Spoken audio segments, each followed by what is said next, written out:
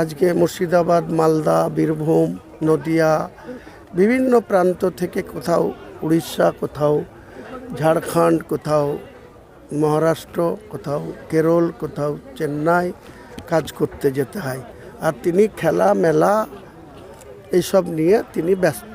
তিনি মন্দির করতে ব্যস্ত। সরকারি টাকায় এইভাবে মন্দির করা যায় না। একটা সাংবিধানিক চেয়ারে বসে এইভাবে সরকারি জমিকে একটা সম্প্রদায়কে বিঘার পর বিঘা মন্দির বানানোর জন্য তিনি দান করছেন।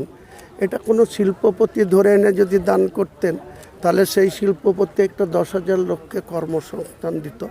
কিন্তু সেসব না করে যা করছেন সেই উল্টোপাল্টা সিদ্ধান্ত বা সরকারি সম্পদকে এইভাবে দানছত্র করার বিরুদ্ধে আমরা আজকে একটা অঙ্গীকার করতে যাচ্ছি যে আগামী নির্বাচনে আমরা যারা টিএমসিকে ক্ষমতাচ্যুত করতে চাই, যারা সাম্প্রদায়িক বিজেপিকে বাংলার গদি দখল করতে না দিতে চাই, মানে তারা যাতে কোনো মতে এই ফাঁকে কিছু লোক অপপ্রচার করছে যে বিজেপিকে আটকাতে তৃণমূলকেই ভোট দিতে হবে, একমাত্র মমতাই ভরসা। আমি মনে করি মমতা আজকের দিনে সততার প্রতীক নাই, তিনি চোরের রানী এবং তিনি যত অসামাজিক কাজ, তুলাবাজ, তারপরে পুলিশ প্রশাসন, তার সিভিলের একটা অংশ, ল্যান্ড দপ্তরের বিভিন্ন জায়গায় চোর বাটপরি চলছে, তোলাবাজি চলছে। তিনার কি স্বার্থ আছে যে তিনি এইসব তোলাবাজিকে প্রশ্রয় দিয়ে যাচ্ছেন দিনের পর দিন? তাই তিনাদেরকে ক্ষমতা থেকে হটাতে হবে। সেই অঙ্গীকার করার জন্য আমরা আগেই বলেছিলাম ব্রিগেড ময়দান থেকে এটা ঘোষণা করব, কিন্তু ব্রিগেডের এনওসি না পাওয়ার জন্য এখানকার মানুষের জমিকে এনওসি নিয়ে আমরা আজকের এই ঘোষণা ঠিক 1টার সময় শুরু করব, 3:30টায় শেষ করব।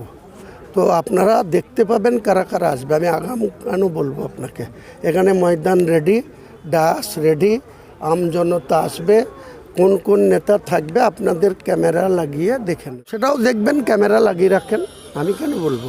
আমার টার্গেট আমি 10 লক্ষ রেখেছি।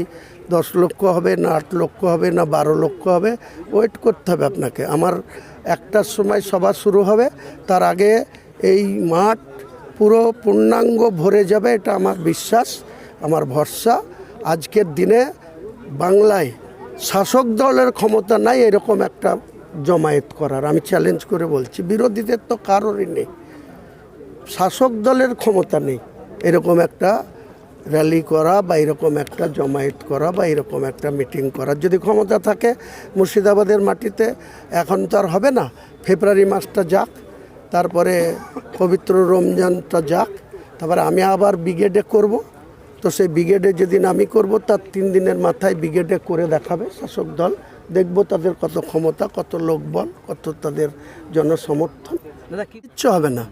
এই মিথ্যাচারী মমতা বন্দ্যোপাধ্যায়ের দ্বারা মুসলমানদেরও কিছু হবে না, আর ভদ্রলোক হিন্দুদেরও কিছু হবে না। কিছু ছোট লোক, কিছু তোলাবাজ, কিছু ধান্দাবাজকে নিয়ে উনি সরকার চালাচ্ছেন, আর কিছু আমলাকে নিয়ে। এই আমলারাই ওনার 12টা বাজিয়ে দেবে, কোনো চিন্তা নাই।